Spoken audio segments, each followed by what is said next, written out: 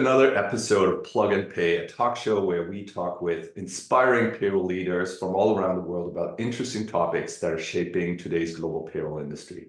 My name is Marc Oliver Fiedler. I'm the founder and CEO of Payzar, and I'm also the host of the show.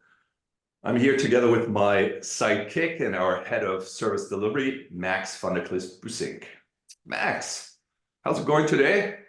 It's going well, Mark. I'm recovering from an actual payroll party I had yesterday in Amsterdam with some payroll friends, some EMEA payroll managers, global payroll managers. And it struck me that although we wanted to talk about family and life, everything, but we talked about payroll. We just can't stop talking about payroll, similar to this lovely podcast. But you and I talk payroll every day, but we have a very exciting guest, Mark. Absolutely. Well, you're suffering from your payroll hangover, which sounds like a movie in the making. And I'm waiting for the tattoo on the side of the head. It's great to have with us today Lara Smart. She's a global payroll and HR transformation leader and consulting director at LSC Group. Lara, welcome to the program. So great to have you. Thank you. I'm Max's hair of the dog this morning, by all accounts. maybe that's what you are. Let's find out. So first, we'd like to find out more about yourself. So why don't you tell us a bit about your background and what you've been doing in the payroll world? Yeah, sure. So I founded a company 7 years ago this year, aimed in 4 different areas of services. So transformation, consulting, remediation and rebaselining of programs when they tend to go a bit south, and project and program management.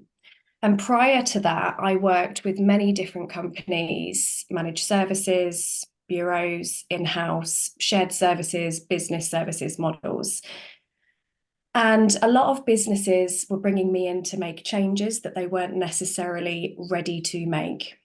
And transformation for me hits people directly if it's not done very well. So hence why I've been doing this as long as I have. And I love it. Like you guys, I absolutely love the industry. I love what we do. I think it's really interesting. I think it's really complex. And I suppose that's where my passion is born from. And you're based in the UK, and you work with clients out of the UK, I imagine, but also other parts of the world? Yeah, geographically quite diverse. So Europe, Switzerland, US, people based all around the world. Yeah, UK companies as well. Just depends where they are, what they're doing. Great. Yeah. Well, payroll has similar challenges around the world, right? So Everybody needs paying. Yeah, it's a good industry to be in, really, isn't it? It's to be very appreciative of getting paid, although never sharing that appreciation. But okay, that's a whole nother topic maybe. But Lara, I also invited you for the podcast because I'm a reader of the Global Payroll magazine, which I also contribute myself to. And by the way, Mark and I were part of the editorial board, aren't we, of the magazine? Yeah, exactly. And I think it was in the February issue where you were actually two articles. One, you were kind of interviewed to share your view on the world. And I wanted to dive into that one because you shared some very interesting points in terms of like emerging trends you've seen around flexibility, agility, and actually doing what's best for the business instead of what maybe a salesperson might tell you what's best for you. So could you share your view on those trends around global payroll, Lara? Yeah, of course. So I am not all about best in breed. I recognize that there's a purpose for it. I recognize that there's an industry and a big marketing churn to it. But if you go into a business, every business, despite a fashion trend or whatever's going in the market, it's got its own gaps. It's got its own problems that need solving. So one size will never fit all in a business. And I believe strongly that if businesses address what they've got in different areas, not just technology, but everything else, their people, their business processes, it's all an interconnected eco-structure, isn't it, in what we do? If you assess that and the gaps, and then you have a look for the right piece of technology or process or whatever it might be, you're more likely to be successful in delivering that because you're doing it for the right reasons rather than because you've got a leader who's done something with somebody before, who's got an existing relationship, which is important, but that's not, you can't just force something into a business because of that, or because you've got somebody that is selling a business something that also is not necessarily right for the business. And I see this quite often. I see the lack of payroll around the table at times, people selling something in a sales capacity. And I think if there was more integrity around what they were selling, as in, we will do this, but you need to do that, rather than we will do everything for you, I think that people will be better informed, and there would be more integrity, more trust, more relationship building that carries through the term of whatever you may then look to partner or contract into in the future. Well, that resonates. I think Mark and I always say that there's no one size fits all, and if there's a one size fits all, it's hybrid. Because I think that's also what you allude to. There might be parts of the business that need a different type of approach. And do you still see a lot of customers that fall for the one size fits all sales pitch, and then you have to come in and remediate that maybe before contract signing, but most likely also after contract signing?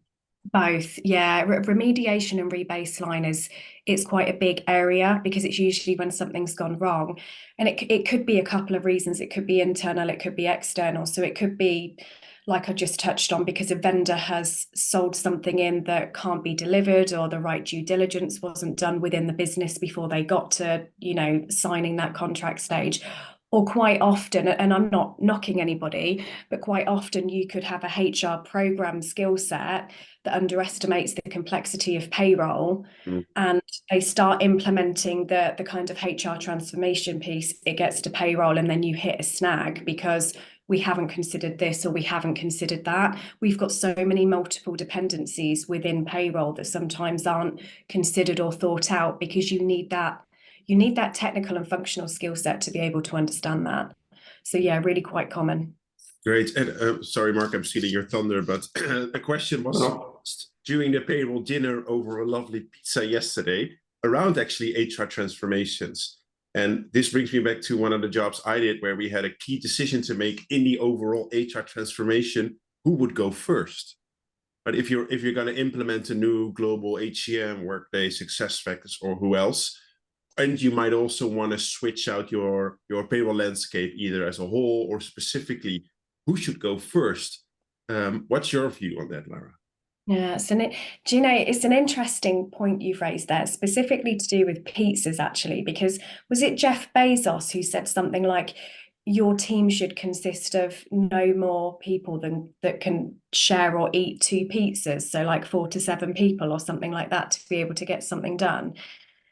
You've got so many decision makers when you're going to put in a solution, whether it be HCM or payroll. But let's say payroll, you're putting in HCM, and payroll is the direct impact of that for the purpose of this conversation. You're going to have IT involved, you're going to have procurement involved. Every stakeholder's got their own, they've got their own drivers, haven't they? Procurement wants to save costs, which is always a challenge within the payroll space, because it's not typically what you do it for. IT switch between wanting to reduce the debt that they've got in their landscape. So they either go for usually a global ERP that's going to, of course, have its limitations versus the wider infrastructure, which of course you then have to look at the APIs, the integrations for, so the more flexible side of things, and they tend to switch between the two. Payroll is the end receiving point of everything within that infrastructure. So for me, it might sound very biased, but if you're going to make a decision about something, payroll has to go first, because it's the foundations of HR. If HR is a pyramid, people don't come to work for learning and development. They come to work to get paid, right? Yeah. So you've absolutely got to have your foundational elements, which is, what do you need to pay somebody? What mandatory data do you need to get the data from A to B? It's mass data, it's mass workflow, right? So if you're going to do a HR transformation program, payroll has to make sure that payroll is considered and has everything that is dependent down here before it even then goes further up. So when you're looking at key things like master data, the self-service, stuff like that, you've got to have visibility of it. Talent development, stuff like that, that's for them to make their decisions on, I suppose. But where there is a direct correlating impact to payroll, that's where payroll should have the final say so. In terms of who goes first, I don't think it matters, because you've got multiple different stakeholders that all have to put their viewpoints across. But I think that payroll needs to be the final. If you do this, this won't happen. If you do this, we can go with this option because this works for us. It's No great. easy, I'm afraid. Unfortunately, I think as I'm sure you're experiencing today, probably still not the reality, right? That payroll is involved early on in the design and decision processes of HR transformations.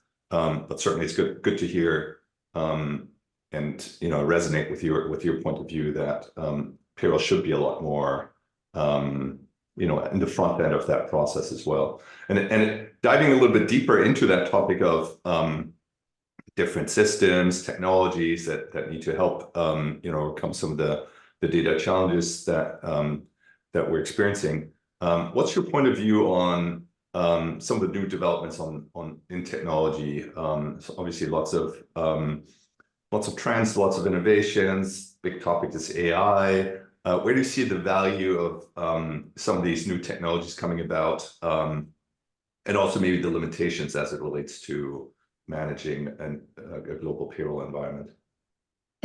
So I am a real fan. So we've moved from decentralized, then we've moved through time to the global aggregator models, and now we're shifting more towards open source, which for me is probably the most exciting thing that's come to the market in a long time, because it's a disruptor, isn't it?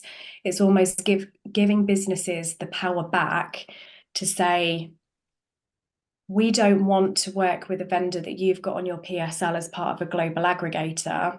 And although you give us the aggregator technology, which may or may not do some of what they actually need, and it's got one global contract, the reality is that you've probably got multiple contracts that sit under that anyway. Mm-hmm. So it's quite easy to kind of question whether that model is right. And I think for some businesses, it probably is right. But I think it's about moving more towards, although globalization is important, there is a recognition that you've still got localization. So how do you create a global model? So store everything en masse, but also make sure you've still got the localization. And for me, that's breaking up the service models. Do you look at regional partners? Do you look at local partners? And how do you feed all of that data so that you've still got global visibility? So the integration piece of breaking up that model and being able to select your service partners wherever you want them, and being able to real-time benchmark the data and map the workflow is really, really, I think that it's really critical to the industry at the moment. Yeah. In terms of AI, it's the buzzword at the moment, isn't it? And it's interesting because it's like pay on demand seems to divide a room. I mean, personally, I'm a real fan of it. I think anything that's, driving innovation towards, kind of the future is really important. But AI is one of those things that I think is either switching people off because they're not seeing tangible results specifically within our industry, or they're kind of interested in it, but there's not much floating about. And I'm no AI expert at all, but I think that RPA has made leaps and bounds in terms of where we are and what we can now access. And AI is just going to further build on that. I think the question mark around AI is, like with transformation, if you're putting a business case into your business, we need X amount of cash to be able to do this. It's the same with AI for businesses, isn't it? It's very, very expensive. It needs developing. You need to understand the policies, the regulations that sits behind it. What's the real benefit? So I see that people are doing a lot of market research in terms of vendors at the moment where they don't have that spare R&D type cash to spend on, let's just give it a go and see what we can do, to say, what do our clients, what do our consumers, what do our customers want, and how can we develop something that we can actually sell to them? I think it comes down to money, and it comes down, if I was putting AI into my business, I would look at a business process and I would say, right, how much does that cost me to do today? And if I build AI, how much is the AI going to cost me to build? and how much can I make off of it in the future? And what it's a balance, right? What's the purpose of it? What's the point? What are we trying to achieve? If it's just for myself, I'll do it manually and take the hit on my own time. If it's for other people to make their lives easier, which ultimately is what AI is, go for it, especially if you can capitalize on it as well. But that's what it comes down to, the assessment of, are we really adding value, or are we just doing it for the sake of doing it, so to speak? Mm. And I think that's interesting also in the context of what you said at the beginning about the decoupling of the service layer and the technology layer, right? Which with the open platform models that I suppose we are at Pays are part of as well, is kind of the whole idea is you shouldn't be bound to a specific service model or service vendor in order to get the best technology, and vice versa, by the way, as well, right? You should be able to pick the best technology without having to, give up your service delivery relationships and partners.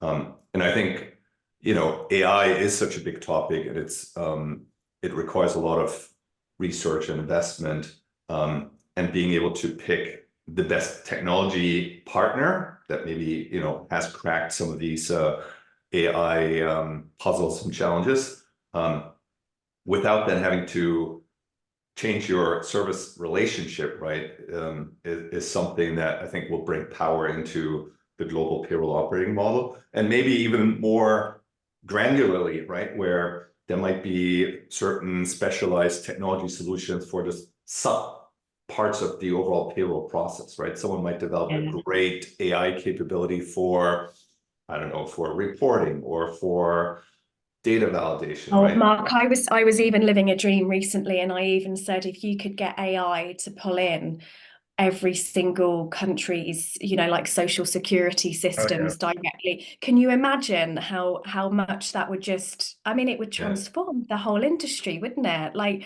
we're constantly waiting for spring budgets and developers to update things and audit things back. Like, it would just pull it all in. That's, it would be brilliant, wouldn't it?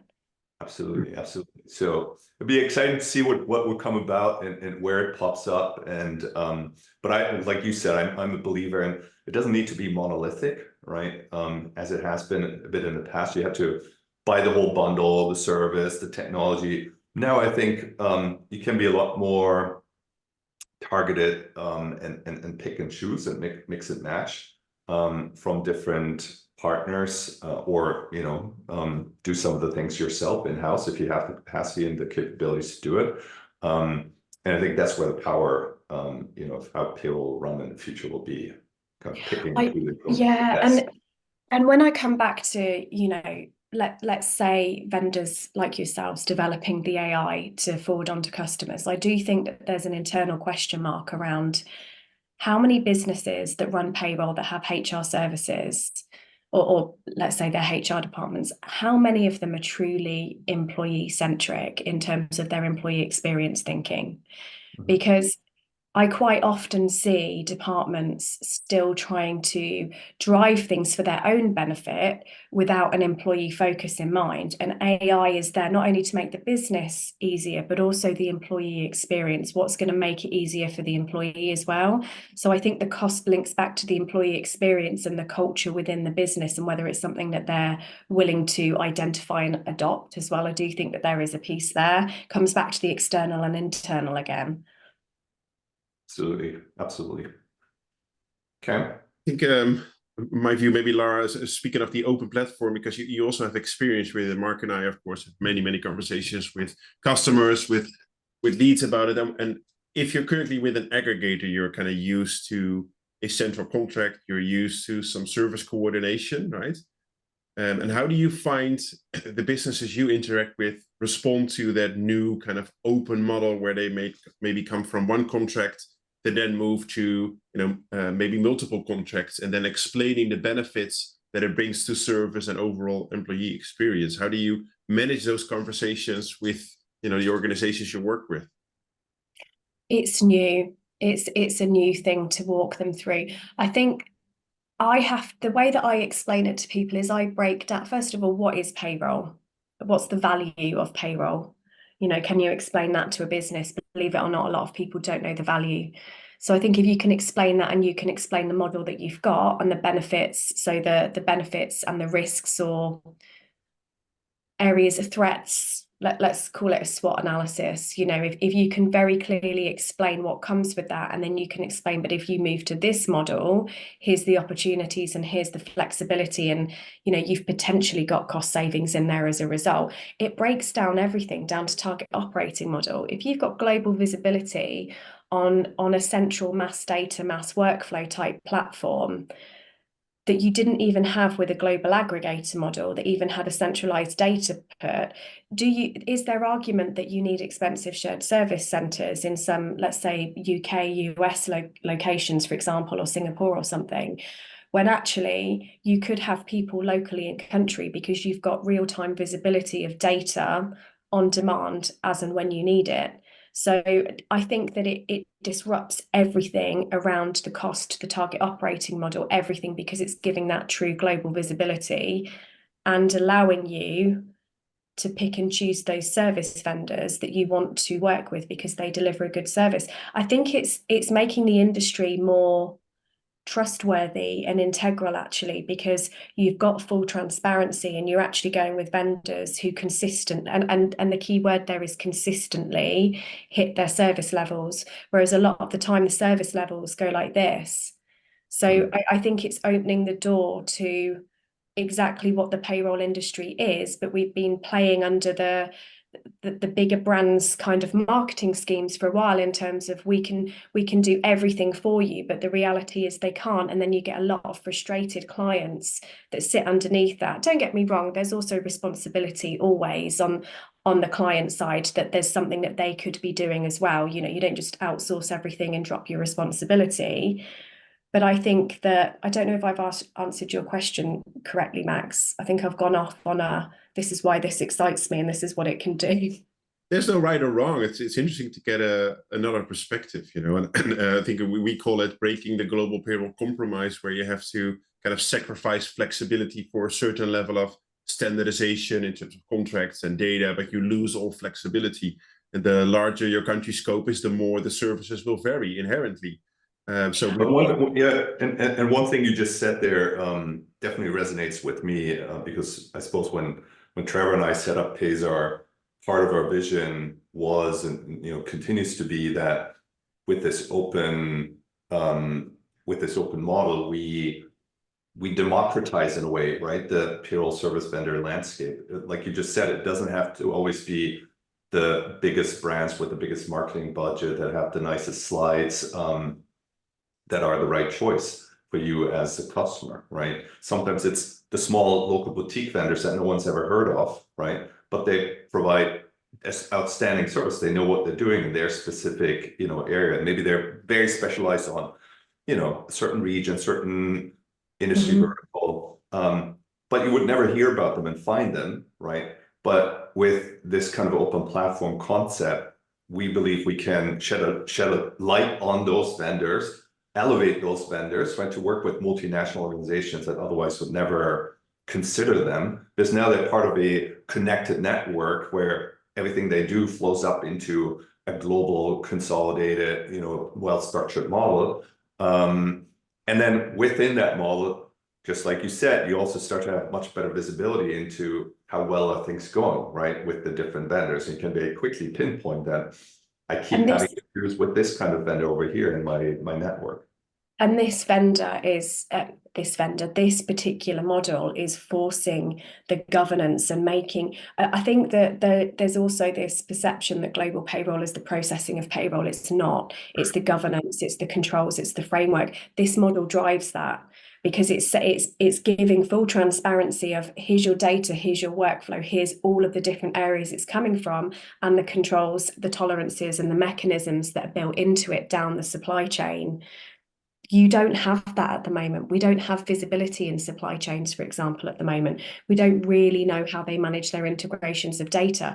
You could spend a fortune from one global HCM pushing all your data into let's say, a global aggregator model, for them just to break up the data they receive and push it downstream, and they all sit keying it in manually on their their local payroll system. So you question what's the wider effort of that entire supply chain. Somebody made a really interesting comment to me a couple of weeks ago about the big models, the big aggregators in the world, very mature, got a lot of cash, got a lot of trust built there, that they are actually responsible in part for the lack of change that we're seeing in our industry, because it will cost them so much money to change the models that they've got entrenched and they've had for a very, very long time, to move more towards something that's agile and flexible, because it's a beast. They're beasts of companies, some of these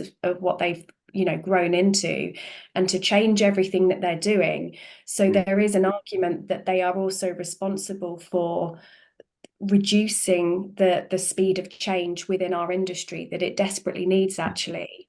But then I also see other companies who are playing in the AI space, who do have the money, that are, like all of them, acquiring different businesses throughout the market, who are then looking at what other people are doing around the agile, the flexible integration models, and starting to give that a go as well. I mean, do businesses have 45, 50 grand to build, an API or an interface, just for one country or something? No. So how do you, if we want global payroll to truly work and be better, how do we also make it cost effective?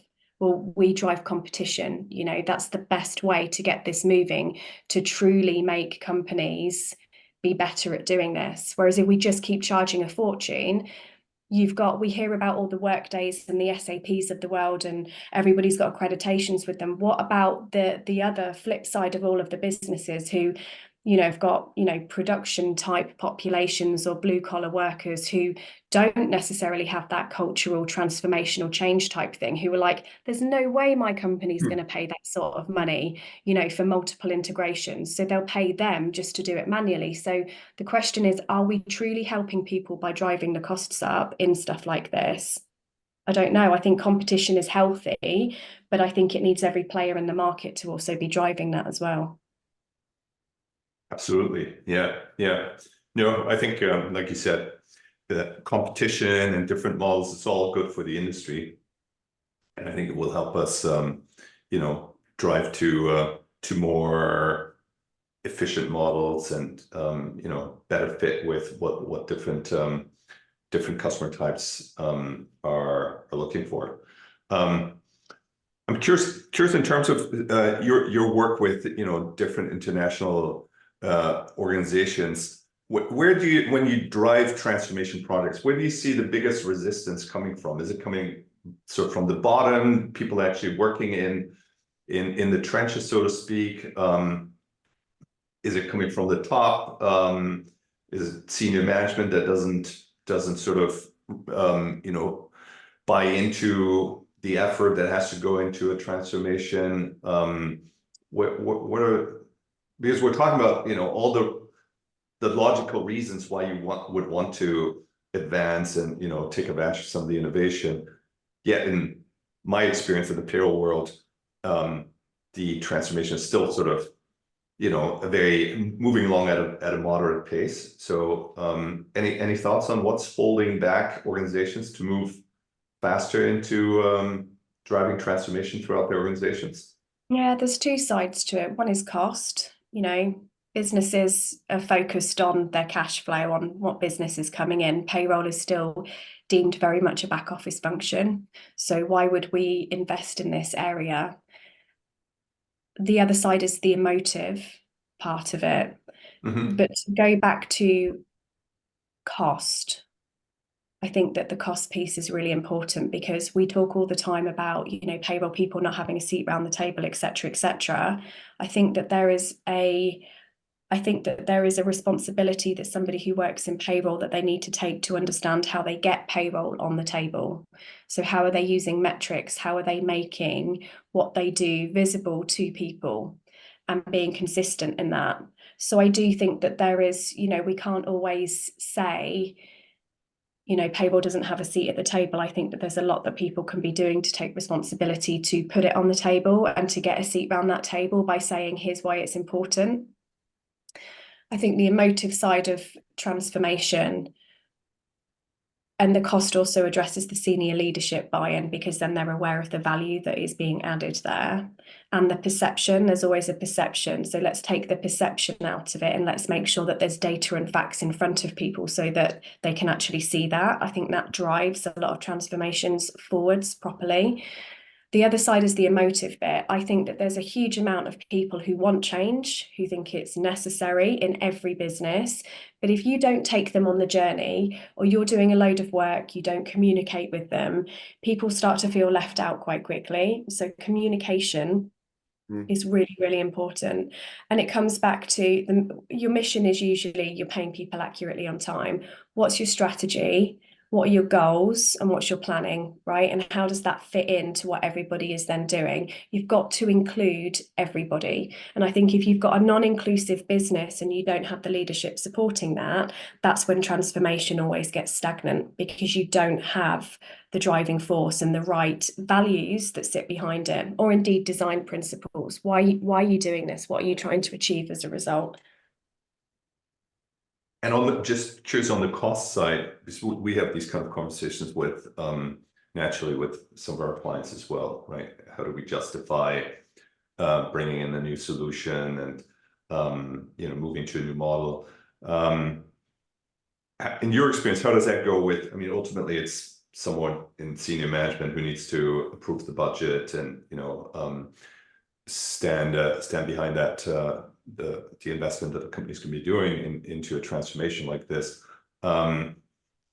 Is it the cost that the company expects to save on the payroll operations itself that kind of is the value argument, or is it other costs or risks, for example, that are actually the bigger motivator and bigger concern for upper management?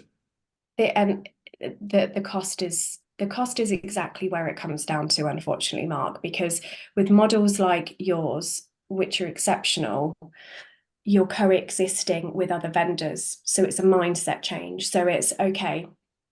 Let's say we've got a global aggregator at the moment. You're significantly overpaying. But there also is a lack of understanding. People base everything on we're paying PEPM.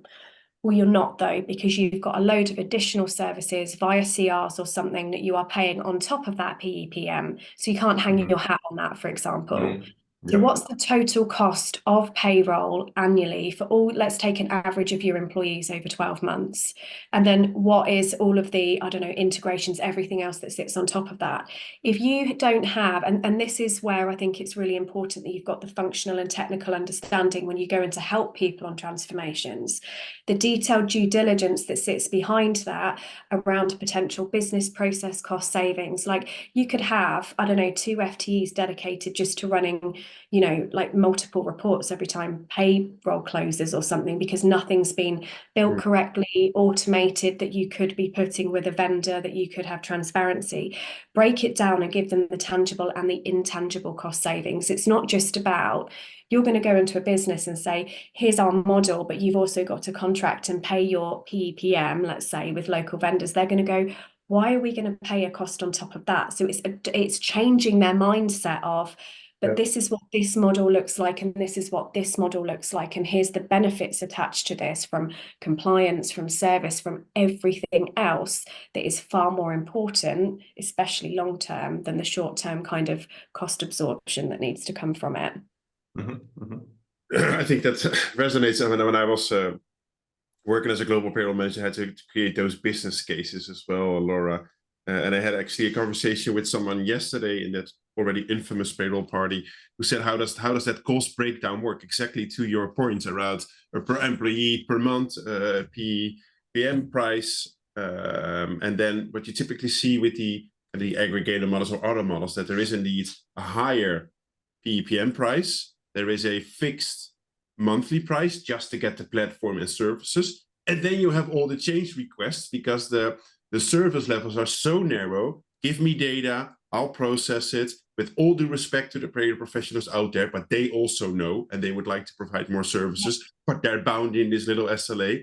And then the request for change start, or the change request start. And if you indeed break it down like an open model, the services direct, you would find that the PEPM is already lower and you get more services. Therefore, remove the need for CRs and change requests, remove the need for that fixed cost layer, especially in your longer tail, where you might have a couple of employees in a country where you would pay a fixed hefty fee with the PEPM and your effective PEPM. I always used to call it effective PEPM. Yeah, that's fair. Yeah. It's much higher. And all that, and when we talk about, if businesses are saying, but there's a coexisting piece here, it's a cost on top of a local service piece. There is also a challenge of, but you're already paying for that anyway, because every time you raise a CR, all they're doing is passing on costs from their local, PSL umbrella of whatever vendor you've got in multiple countries back up to you. But actually, there's no consistent costs to most of them either, unless, they're really well negotiated. It could be different depending on what vendor in what country as well. So for me, I think that the models are quite alike because you're always paying for a technology fixed layer anyway. Yeah. I just think it's breaking down to a business why the models are different, but actually how you approach the cost in a different way, but it doesn't necessarily mean that you're paying more money. Getting to that stage, and it's the effort behind doing that to get it there until we start to see more of this, and what it's like, it's change. You've got to get it coming through to, you've got to get the word out there, haven't you? Yeah, just like you said, I think it's this effort, right, for the business to even understand and analyze its existing cost structure and then be able to properly compare that against, a future model and how that works differently and what the different cost elements are. And that's where, someone in your position, your role, having done that presumably for many different clients, I think can be of great value, because we find that certainly that it's not a given. It doesn't come naturally to most organizations to really get a good hang of where the costs actually are hidden, because sometimes they're also not that obvious. And they are hidden, Mark. And I think that that's a key thing as well. The amount of businesses that I'll go and speak to, by no fault of their own, they'll know, like the total cost of what they're paying to a vendor, but they won't necessarily know the breakdown and where you could negotiate different things like that. You sign up and then you get hit with quite a high, RPI increase every single year and stuff like that. And all of a sudden it's like, we know that we're paying for technology, but actually it's the service piece that's still fundamentally missing. So how do you increase the service piece? Through the automation, mainly through making sure that you can actually provide measurable data to be able to pull back financial, service type based credits. Because if you penalize people financially, you're going to quite quickly see a difference in the service that they provide you. So it comes back to the contract negotiation as well, right? Yeah. Absolutely. I was gonna ask for a comment on that's just looking at the external cost dimensions, right? Which I think arguably are easier to uncover, right? They're also not necessarily simply laid out, but at least you can sort of add up, well, how much are we paying, the vendor for the base service? How much are we paying for these extra? So usually you can somehow, with a little bit of work, try to comb that together out of your your invoice system and so on. But I think then you get into your internal costs, right? And now you're really talking about, well, we have the payroll team. Okay, well, we know what the payroll team is doing, how much time they're spending. But then there's all these other parties that are also part of your overall payroll operations environment, right? And they're contributing, maybe not full time, right? But with parts of their time, they're somehow involved. And really understanding in your current operating model, what is the full cost of running your payroll? What's the total cost of payroll? Exactly. The cost of ownership of this kind of operating model is absolutely non-trivial, right? I think we have to be honest about that. But until you really understand where all those costs are coming from and where they might be, attached to this activity or that activity, and how a future payroll solution where, for example, like you mentioned, you might have people that are currently just doing things like reporting, where having better reporting capabilities can massively reduce the cost, but also, by the way, increase the accuracy, because people are, only human and will always make mistakes and will never be as, accurate and unbiased as a technology solution. I think that's really hard, right? It's not easy to get all that. It comes back to internal governance.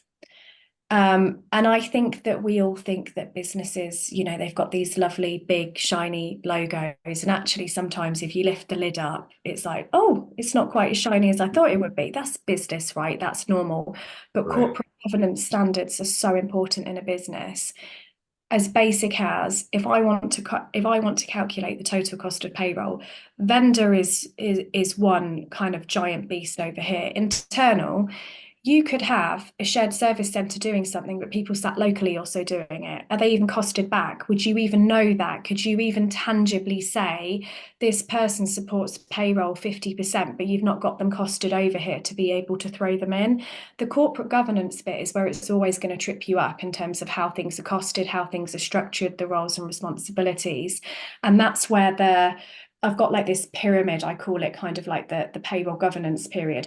That's where you've got roles and responsibilities, vendor management, the input, the process, the output. All of that sits within there, because you have to understand all of it to really be able to calculate how much are we paying an hour just to get people paid in our business, internal and external, and why are we adding more headcount internally when we've got an outsourced vendor model? It's those kind of questions that you have to go into the real detail to have a look at. And that's where businesses need to do their due diligence and their discovery properly before they even get into looking at the market. And I hear all of the time, and I'm asked actually quite a lot at the moment about benchmarking. It's like, there is no easy way to benchmark, right? Every vendor, based on how many employees you've got, based on what services you've got, you can have a look at a PEPM, but that's only taking into account a certain selection of services. There is guaranteed always going to be additional stuff you have to pay for. Plus, your cost is going to reduce if you've got a bigger, profile of employees or whatever. You've got different vendors that cost model in different ways. You cannot easily benchmark. If you want to do that, you've got to run a massive procurement exercise to go out and get all of those, sort of costs to start doing your comparison with. But it's, one country could look very, very different across, let's say, 10 different aggregators and models, but it's a buzzword that we throw around because we can benchmark on reward and stuff like that. It's not easy to do in payroll. So it's kind of demystifying the complexity that sits behind something like that as well, I think. And, saying, actually, if you want to do this, here's an entire project that you kind of need to have a look at to get here. Do you want to invest in that or not?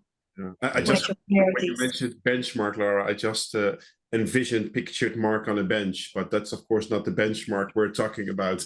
But I've been that was really good, Max. I like that. It's not a question mark, by the way. But that's gonna stick now, Keep going. How many marks can we fit into this? No, he's got his tea on the bench, Max. He's fine over there. Exactly. I've also been asked to do a lot of benchmarks, and it used to get a lot of itches from those benchmarks because it's benchmarking apples, pineapples, and a sausage. Right? I described it as benchmarking apples to broccoli the other day. Yeah, exactly. That's literally the analogy that I used. Yeah. I also said that the best benchmark is to yourself, from your as is and to your to be. That's the only accurate benchmark you actually get. Absolutely. Right. Good. Well, did you think of your other question, or did it just flow out the window? No, I've written it down. I have a classic pen and paper to not lose my thought. But I think now maybe to just close it off is a lot of conversations we have as well that people go into solutioning very quickly. Like we have a problem. Okay, these are the logos out there to find a solution. And I always go back to the why, and maybe it's from my CI training, but these 5 why questions, like you want to do this, okay, why?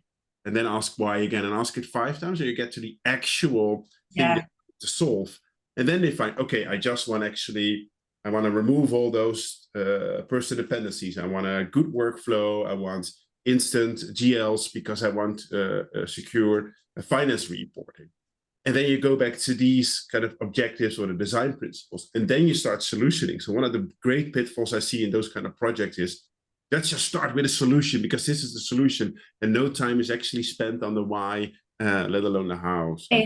I liken that, Max, to strategy and planning, and not letting one dictate the other, because your strategy is born from your operational priorities. Yeah. And it's those that should usually be kind of argued about amongst leadership before you even then get into planning. And the planning is where the discovery comes from. Where are you now? Where do you want to be? What are your gaps? What's important to you? Don't try and boil the ocean. These are always the things that I say to people. It's really easy to be like a magpie, like a salesperson comes in and they're like, we've got this module and that module, and it's like, but we don't need all of that at the moment. We kind of need our basics, yeah. And then also it takes away the kind of massive cost pressure sometimes.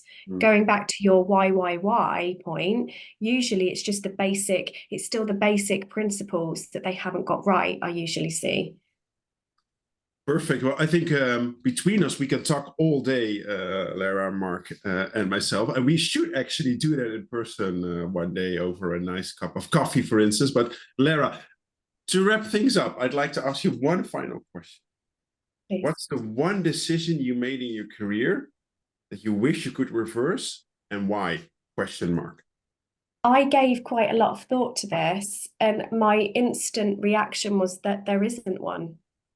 That I couldn't ever say I would reverse this decision, because you make a decision at a moment in time based on your values, don't you? And life and career is full of highs and lows. And when you make mistakes, you actually learn far more from making a mistake anyway. I gave it quite a lot of thought, and I couldn't reverse anything, Max. Maybe it's just who I am as a person, but there's nothing that I would reverse. I've worked with amazing people. I've worked with amazing businesses.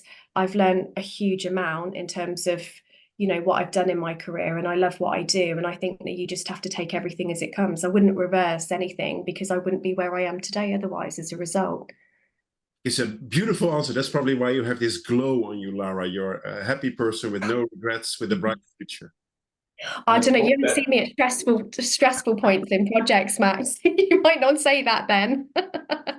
Let's also hope that holds true for when you look back onto this plug and pay episode that you said, I wish I wouldn't have taken up their offer. Oh, I'm holding on to benchmark all the way. Perfect. Well, Lara, it's been super nice talking to you. Really great insights. I think a lot of your visions and ideas of where you see things going certainly resonate with us. Clearly we're trying to be part of a change that we're driving into the industry as well. It's great to hear your your thoughts on that transformation that's taking place too. And yeah, let's try to have another conversation. Maybe the next one we'll try to find Nashville. We can have a chat in Nashville if you guys are there then. Oh yeah. We're going to Nashville. Perfect. So yeah. There we go. We'll do some square dancing in Nashville together. Yes, I've been talking to people about that. Let's do the line dancing in the cowboy boots and stuff. Yeah. There you go. I'll have to. It's a pleasure. You guys are doing really great stuff. So keep going, because I'm a real fan of the models, and Thank you very much. We appreciate that. We appreciate every nice word and support we get. Thank you very much. Perfect. Well, listen, that's it for today's episode. Hope folks out there enjoyed this one. These episodes are being published twice a month, and you can find them on our YouTube channel, as well as podcasts on Apple Podcasts, Google Podcasts, and Spotify. And Max, any final words from your side? Final words always difficult for me, because I'm a wordy person. But Lara, thank you for this lovely conversation. Of course, if you love the content we make sure to like, subscribe, leave a review, share it with the world, because one of the main reasons why we do the podcast is to make payroll visible and connect the world of global payroll. So Lara, thanks again. Marc, actually, very soon. I just realized Lara, you introduced yourself. We did not ask you, where do people find out more about you? Do you have a website, or is there a place, just look you up on LinkedIn? What's the best way? Just go to my LinkedIn and it'll direct you. Yeah. Perfect. Okay. All right. Great. Very good. Thank you so much. Thank you, Thank both. you as well. Thanks, everyone. Bye-bye. Bye-bye.